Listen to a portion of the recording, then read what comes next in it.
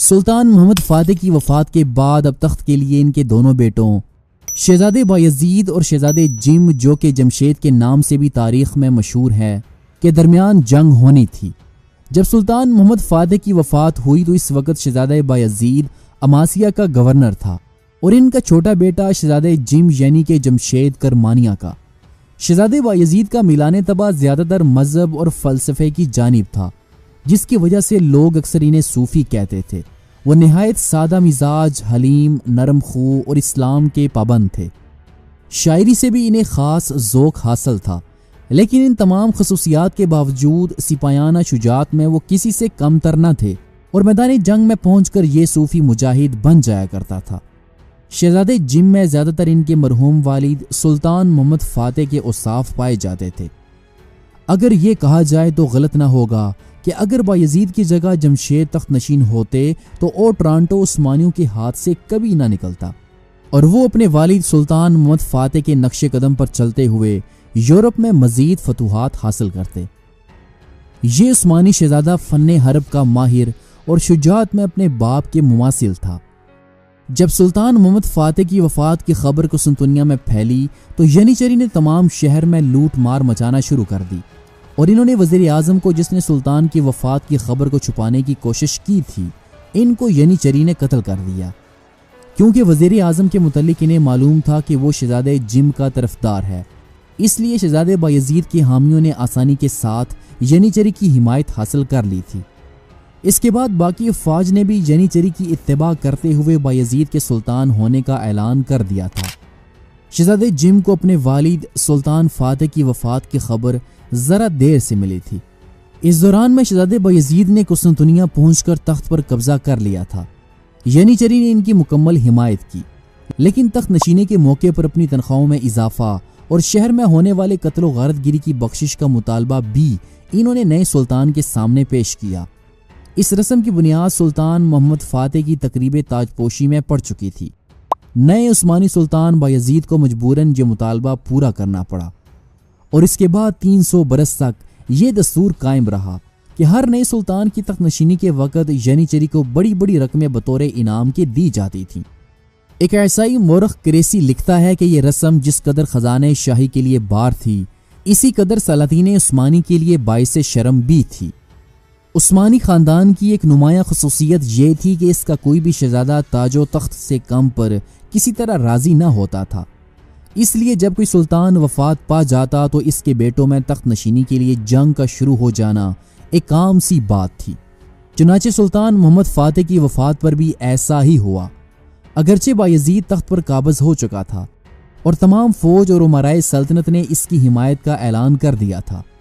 لیکن شہزادہ جمشید نے اناطولیہ میں اپنے بھائی کے خلاف علم بغاوت بلند کر دیا اور اس نے جنگ چھیڑ دی۔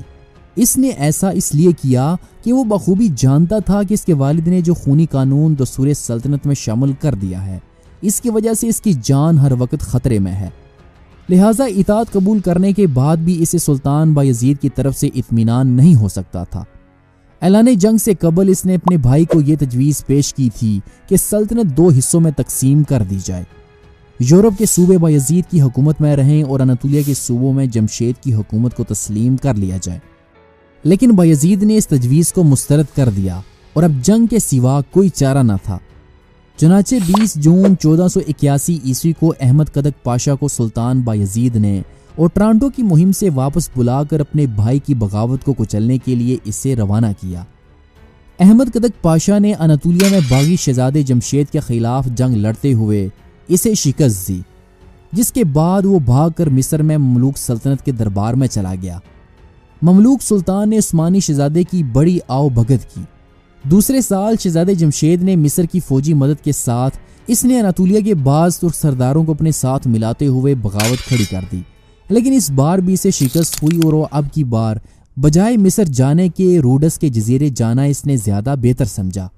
تاکہ وہاں سے مدد لے کر وہ عثمانی سلطنت کے یورپین مقبوضات میں داخل ہو اور نئے سرے سے قسمت آزمائی کرے۔ روڈس اس وقت مبارزین یروشلم کے قبضے میں تھا اور یہاں اس کا سردار ڈی آبوسن تھا، جو کہ ایک نہایت چالاک اور غدار شخص تھا۔ اس نے ایک طرف تو شہزادے جمشید کو مدد دینے کا وعدہ کیا اور اس سے یہ معاہدہ کیا کہ بصورت کامیابی وہ مبارزین روڈس کو بعض مخصوص اور اہم مراد عطا کرے گا، اور دوسری طرف سلطان بایزید سے یہ طے کیا کہ 45,000 دکات سالانہ کے عوض کے طور پر وہ شہزادے جمشید کو نظر بند رکھ سکتا ہے۔ چنانچہ 7 برس تک یہ بدنصیب شہزادہ روڈس اور پھر فرانس کے مختلف مقامات میں جو کہ مبارزین روڈس کے قبضے میں تھے، ظاہری احترام کے باوجود دراصل قیدی کی سی زندگی بسر کرتا رہا۔ تاہم یورپ کو شہزادے جمشید میں دلچسپی پیدا ہو گئی تھی اور متعدد بادشاہوں نے شہزادے کو حاصل کرنے کے لیے ڈی ابوسن سے مراسلت شروع کر دی تھی۔ وہ چاہتے تھے کہ اسے بایزید کے مقابلے میں کھڑا کر کے سلطنت عثمانیہ کو نقصان پہنچائیں، لیکن ڈی ابوسن 45,000 دکات سالانہ کی رقم سے دستبردار ہونے کے لیے بالکل تیار نہ تھا اور وہ معاملے کو طول دیتا رہا۔ اس درمیان میں اس نے شہزادے جمشید کی ماں اور بیوی سے بھی، جو اس وقت قاہرہ میں مقیم تھیں، یہاں اس نے ان کے ساتھ خط و کتابت شروع کر دی تھی اور انہیں یقین دلایا تھا کہ اگر وہ 20,000 دکات ادا کریں تو شہزادے کو قاہرہ پہنچا دیا جائے گا۔ ڈی ابوسن کے وعدے پر اعتبار کر کے ان خواتین نے یہ رقم جیسے کیسے کر کے اس کے پاس بھیج دی تھی، مگر مبارزین یروشلم کا یہ مقدس پیشوا ایفائے عہد کی پابندی سے بالا تر تھا۔ عیسائی مورخین بھی اس شرمناک فریب پر اظہار نفرت کرتے تھے۔ بلاخر شاہ فرانس چارلس ہشتم نے جمشید کو ڈی ابوسن کے پنجے سے رہا کر کے پوپ انوسنٹ ہشتم کے پاس رواں بھیج دیا۔ یہاں بھی اس کی حیثیت ایک قیدی ہی کی سی تھی، اگرچہ انوسنٹ نے اس کے ساتھ بڑی ہمدردی کا اظہار کیا اور اس کو اپنے محل میں عزت و احترام کے ساتھ رکھا۔ اب پوپ نے 40,000 دکات سالانہ کی رقم شہزادے کی نگرانی کی صلے میں بایزید سے وصول کرنا شروع کر دی تھی۔ چنانچہ چند سال بعد انوسنٹ مر گیا اور اس کا جانشین پوپ اسکندر بورجیا بنا، جو اپنی ہلاکت پاش جرائم کی وجہ سے عالمگیر شہرت کا مالک تھا۔ اسکندر بورجیا نے اپنا ایک سفیر سلطان بایزید کی خدمت میں بھیج کر شہزادے جمشید کی نظر بندی سے متعلق سابق معاہدے کی تجدید کی، اور اس میں ایک اہم دفعہ کا اضافہ یہ کیا کہ اگر وہ سلطان کو شہزادے کی طرف سے ہمیشہ کے لیے مطمئن کر دے تو بجائے 40,000 دکات سالانہ وصول کرنے کے 3 لاکھ دکات ایک بار ہی ادا کر دیے جائیں۔ لیکن ابھی سلطان اور پوپ کے سفیر کے درمیان اس معاملے پر گفتگو ہو رہی تھی کہ چارلس ہشتم نے اٹلی پر حملہ کر دیا اور 31 دسمبر 1495 عیسوی کو روما میں وہ فاتحانہ داخل ہوا۔ چند روز کے بعد شاہ چارلس اور پوپ اسکندر کے درمیان صلح کی گفتگو ہو رہی تھی، جس کی ایک اہم شرط یہ تھی کہ شہزادہ جمشید چارلس کے ساتھ فرانس جائے گا۔ اسکندر کو صلح کی خاطر یہ شرط منظور کرنی پڑی اور شہزادہ فرانسیسی فوج کے سپہ سالار کے ساتھ روما سے روانہ ہو گیا۔ اسکندر بورجیا کو اگرچہ 20,000 دکات سالانہ سے محروم ہو جانا پڑا، تاہم وہ شہزادے کے قتل سے 3 لاکھ دکات لینے میں کامیاب ہو گیا تھا۔ اطالوی مورخین کا کہنا ہے کہ اسکندر بورجیا نے شہزادے کی خدمت گار سے سازش کر کے ایک خاص قسم کا سفید زہر شکر میں ملا کر شہزادے کو کھلایا، جبکہ ترک مورخین کا کہنا ہے کہ مصطفیٰ نامی ایک نائی نے اسکندر بورجیا کے حکم سے شہزادے کا خط بناتے ہوئے اسے زہر کے بجھے ہوئے استرے سے خفیف سا زخم لگا دیا تھا، جس سے کہ شہزادے کی موت واقع ہو گئی تھی۔ بہرحال تمام مورخین کا اس امر پر اتفاق ہے کہ شہزادے جمشید کا قتل پوپ اسکندر بورجیا ہی کی تحریک سے عمل میں آیا تھا۔ زہر کا اثر فوراً ہی ظاہر نہ ہوا، بلکہ رفتہ رفتہ نمایاں ہوتا گیا، یہاں تک کہ چند دنوں کے بعد فاتح قسطنطنیہ کا وہ جواں سالہ اور جواں ہمت بیٹا، جس نے اپنی زندگی کے 36 سال بھی ابھی پورے نہیں کیے تھے اور جو 13 سال تک اسیری کی صحبتیں برداشت کر چکا تھا، بیک وقت قید فرنگ اور قید حیات دونوں سے آزاد ہو گیا۔ آخر وقت تک اسے بیوی اور بچوں کو دیکھنے کی بڑی حسرت تھی۔ اس کے آخری الفاظ یہ تھے کہ اے میرے رب، اگر دین حق کے دشمن یہ چاہتے ہیں کہ میری ذات کو اعلی کار بنا کر ان تجویزوں کو تقویت پہنچائیں جو انہوں نے مسلمانوں کی بربادی کے لیے سوچ رکھی ہیں، تو آج کے بعد مجھے زندہ نہ رکھ، بلکہ فوراً میری روح کو اپنی طرف اٹھا لے۔ اس لاچار شہزادے کی وفات کے بعد اس کے بھائی سلطان بایزید نے اس کی نعش کو یورپ سے منگوایا اور اسے شاہی طز و احتشام کے ساتھ بورسا میں سابق عثمانی سلاطین کے پہلو میں اسے سپرد خاک کر دیا گیا۔ شہزادے جمشید کے حالات پر تبصرہ کرتے ہوئے ایک عیسائی مورخ لین پول لکھتا ہے کہ ان تمام غمناک سرگزشت سے حیرت انگیز نتیجہ نکلتا ہے کہ دنیائے مسیحیت میں ایک بھی ایماندار بادشاہ ایسا نہ تھا جو قیدی پر ترس کھاتا، اور نہ کوئی ایسا تھا جو گرینڈ ماسٹر یعنی کہ ڈی ابوسن، پوپ اور چارلس ہشتم کی غیر شریفانہ اور ضمیر فرشانہ سازشوں کے خلاف کھڑا ہوتا۔ ان میں سے ہر ایک غداری کے انعام کے لیے ایک دوسرے سے سبقت لینے کی کوشش کر رہے تھے۔ اپنے بھائی کو محفوظ نگرانی میں رکھنے کی خواہش کرنا سلطان بایزید کے لیے قابل معافی ہو سکتا ہے، لیکن عیسائی کلیسا کے پیشوائے اعظم اور رہبانی نائٹوں کی جماعت کے سردار کی مدافعت میں کیا کہا جا سکتا ہے، جنہوں نے کافر کی اشرفیوں کے لیے ایک بے کس اور مجبور پناہ لینے والے کے ساتھ دھوکہ کیا۔ سلطان محمد فاتح کے بیٹے شہزادہ جمشید کی وفات کے بعد اوٹرانڈو، جو کہ سلطان محمد فاتح کی ایک عظیم فتح تھی، ترکوں کے ہاتھ سے نکل گیا۔ دراصل سلطان بایزید ثانی کا عہد حکومت فتوحات اور توسیع سلطنت کے لحاظ سے کوئی اہمیت نہیں رکھتا۔ تخت نشینی کے بعد انہوں نے احمد کدک پاشا کو اپنے بھائی شہزادہ جمشید کی بغاوت کو ختم کرنے کے لیے انہیں اوٹرانڈو سے واپس بلا لیا تھا، اور ان کی جگہ انہوں نے خیر الدین پاشا کو مقرر کیا،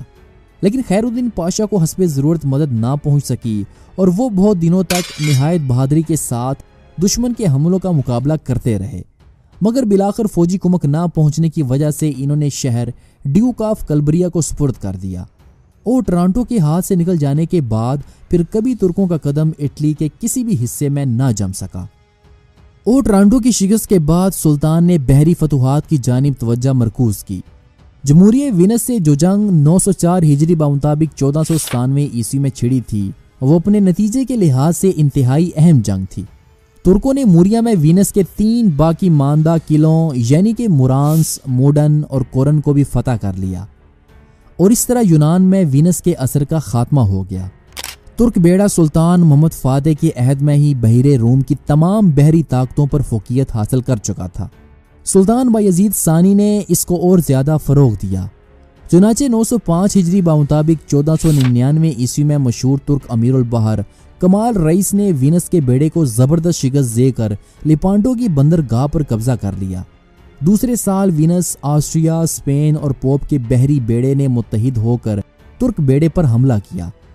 لیکن باوجود اس کے کہ عثمانی جہازوں کی مجموعی تعداد اتحادی بیڑوں سے بہت کم تھی، کمال رئیس نے کامیابی کے ساتھ ان کا مقابلہ کیا، اور وہ پھر آگے بڑھ کر انہوں نے مسلمانان غرناطہ کی درخواست پر، جو کہ عیسائیوں کے ظلم و ستم سے عاجز آ چکے تھے، اس نے اسپین کے ساحل پر حملے کیے۔ جب اندلس کے مظلوم مسلمانوں کی خبریں مشرق میں پہنچیں تو اس وقت مملوک سلطان اشرف نے پوپ اور نصرانی بادشاہوں کی طرف سفیر بھیج کر مطالبہ کیا کہ وہ اسپین کے مسلمانوں پر ظلم کرنا بند کریں، لیکن اس دھمکی کا پوپ اور کیتھولک بادشاہوں نے کوئی جواب نہ دیا، اور وہ اندلس سے اسلامی وجود کو ختم کرنے کی اپنی پالیسی پر عمل پیرا ہوتے رہے۔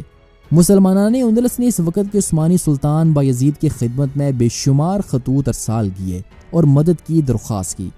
جس کے بعد سلطان بایزید، جو کہ بذات خود کئی ایک مشکلات میں گھرے ہوئے تھے، انہوں نے اندلس کے مظلوم مسلمانوں کی مدد کرنے کا فیصلہ کیا، اور انہوں نے مملوک سلطان اشرف کے ساتھ ایک معاہدہ کیا تاکہ دونوں ممالک مل کر غرناطہ کے مسلمانوں کی مدد کریں۔ اس معاہدے پر دونوں اسلامی سلطنتوں کے دستخط ہوئے، اور اس بات پر اتفاق ہوا کہ سلطان بایزید سکلیہ کے ساحلوں پر بحری بیڑے سے حملہ کریں گے، اور مملوک سلطان افریقہ کی طرف سے دوسرے حملے کا اہتمام کرے گا۔ سلطان بایزید نے اس معاہدے پر عمل کرتے ہوئے عثمانی بحریہ کو روانہ کیا، جس نے ہسپانوی ساحلوں پر حملے کیے۔ اس بحری بیڑے کی قیادت کمال رئیس کو دی گئی تھی، جس نے 15ویں صدی عیسوی کے اواخر میں عیسائیوں کے بحری بیڑوں کو خوف و ہراس سے دوچار کر رکھا تھا، اور مغرب اس کے نام سے تھر تھر کامتا تھا۔ یوں مملوک اور عثمانی افواج نے بے شمار مسلمانوں اور یہودیوں کو اسپین کے عیسائیوں کے مظالم سے آزاد کرواتے ہوئے انہیں مملوک اور عثمانی سلطنت میں آباد کیا۔ ایشیا میں اب تک سلاطین عثمانی کو جن مخالفین کا سامنا کرنا پڑا تھا، وہ صرف ایشیائے کوچک کے ترک سردار تھے، جنہوں نے سلجوقی سلطنت کی تباہی کے بعد خود مختار ریاستیں قائم کر لی تھیں۔ یہ تمام ریاستیں سلطان محمد فاتح کے عہد تک مستقل طور پر سلطنت عثمانیہ میں شامل کر لی گئی تھیں، اور سلطان کو اپنے ایشیائی مقبوضات کی طرف سے گونا اطمینان حاصل ہو چکا تھا۔ لیکن بایزید ثانی کے تخت پر آتے ہی عثمانیوں کو ایک نئے دشمن کا سامنا کرنا پڑا، جو کہ مملوک تھے۔ مملوک سلطنت اب تک سلطنت عثمانیہ کی معاملات سے بالکل بے تعلق تھی۔ شہزادے جمشید نے پہلی بار اس کو عثمانی مقبوضات میں قدم رکھنے کی دعوت دی تھی۔ اگرچہ اس مہم میں مصری فوج کو شکست کھا کر پسپا ہونا پڑا، تاہم سلطنت عثمانیہ سے قوت آزمائی کی جرت اس میں پیدا ہو چکی تھی اور مصریوں نے ایشیائے کوچک کے جنوبی مشرقی علاقوں پر حملے شروع کر دیے تھے۔ سلطنت عثمانیہ اور مصر کے مملوک سلطانوں کے درمیان پہلی جنگ 890 ہجری بمطابق 1485 عیسوی میں شروع ہوئی، جس میں ترکوں کو سخت شکست اٹھانی پڑی اور اس کا نتیجہ یہ ہوا کہ امیر کرمانیہ نے بغاوت کر دی۔ عثمانی فوجیں اس بغاوت کو تو ختم کرنے میں کامیاب ہوئیں، لیکن مصریوں کے مقابلے میں انہیں پیچھے ہٹنا پڑا۔ بالآخر 5 سال بعد اس جنگ کا بھی خاتمہ ہو گیا اور سلطان بایزید نے 1451 عیسوی میں مملوک سلطان کی خدمت میں اپنا قاصد بھیجا اور ان تمام قلعوں کی چابیاں ان کے حوالے کر دیں جن پر مصریوں نے کچھ عرصہ پہلے قبضہ کر لیا تھا۔ مملوک سلطان نے صلح کے اس پیغام کو خوش آمدید کہا۔ یہ صلح سلطان بایزید کے عہد حکومت کے آخر یعنی کہ 1512 عیسوی تک قائم رہی اور اس نے ثابت کر دیا کہ سلطان بایزید مسلمانوں کے ساتھ بھائی چارے کی پالیسی پر گامزن تھے۔ سلطان بایزید کا عہد حکومت جس طرح خانہ جنگی سے شروع ہوا تھا اسی طرح خانہ جنگی پر ختم ہوا۔ سلطان بایزید کے 3 بیٹے تھے، کرکوت، احمد اور سلیم، اور یہ تینوں اناطولیہ کے مختلف صوبوں کے حکمران تھے۔ کرکوت سلطان بایزید کا بڑا بیٹا تھا، لیکن اس کا ذوق زیادہ تر علمی تھا، اس لیے بایزید احمد کو جسے وہ سب سے زیادہ عزیز رکھتے تھے اسے اپنا جانشین بنانا چاہتے تھے، لیکن سلیم باوجود سب سے چھوٹا ہونے کے اپنی شجاعت اور فوجی قابلیت کی وجہ سے تمام فوج اور خصوصاً عثمانی سلطنت کی اسٹیبلشمنٹ یعنی کہ ینیچری میں نہایت محبوب تھا۔ اس دوران سلطان بایزید اپنی عمر اور خرابی صحت کے باعث امور سلطنت پر توجہ دینے سے قاصر تھے۔ سلیم کو خطرہ لاحق ہوا کہ ممکن ہے کہ احمد بایزید کی حیات ہی میں تخت پر قابض ہو جائے، لہٰذا وہ سلطان کی اجازت کے بغیر ہی طرابزون سے قسطنطنیہ کی طرف روانہ ہوا اور ایک منتخب فوج کے ساتھ وہ ادرنے پہنچا۔ سلطان نے اس کو واپس جانے کا حکم دیا، لیکن سلیم جنگ پر آمادہ ہو گیا اور مجبوراً بایزید کو اس کا مقابلہ کرنا پڑا، لیکن اس جنگ میں سلیم کو شکست ہوئی اور وہ بھاگ کر کریمیا جا پہنچا۔ کریمیا کا فرمانروا سلیم کا سسر تھا، اس نے سلیم کی مدد کی اور کچھ دنوں کے بعد وہ پھر قسطنطنیہ واپس لوٹا اور اب کی بار تمام فوج نے اس کا ساتھ دیا۔ بایزید نے فوج کے ایک وفد کو بلوایا اور ان سے دریافت کیا کہ وہ کیا چاہتے ہیں۔ انہوں نے جواب دیا کہ ہمارا بادشاہ ضعیف العمر اور کمزور ہے، اس لیے ہم چاہتے ہیں کہ سلیم تخت نشین ہو۔ یہ دیکھ کر فوج قابو سے باہر ہو چکی ہے، بایزید نے اعلان کیا کہ میں اپنے بیٹے سلیم کے حق میں تخت سلطنت سے دستبردار ہوتا ہوں، خدا اس کو ایک خوشحال عہد حکومت عطا فرمائے۔ اس کے بعد وہ تخت سے اتر آیا۔ سلطان چاہتے تھے کہ اپنی زندگی کے بقیہ ایام ایشیائے کوچک کے شہر ڈیموٹیکا میں گزار دے، جو کہ ان کی جائے پیدائش کی جگہ تھی، لیکن موت نے سلطان کی یہ خواہش پوری نہ کی اور قسطنطنیہ سے روانہ ہونے کے صرف 3 روز بعد سلطان کا انتقال ہو گیا۔ سلطنت عثمانیہ اور روس کے درمیان اب تک سفارتی تعلقات قائم نہیں ہوئے تھے۔ 900 ہجری بمطابق 1495 عیسوی میں پہلا روسی سفیر مائیکل پلیشیف قسطنطنیہ آیا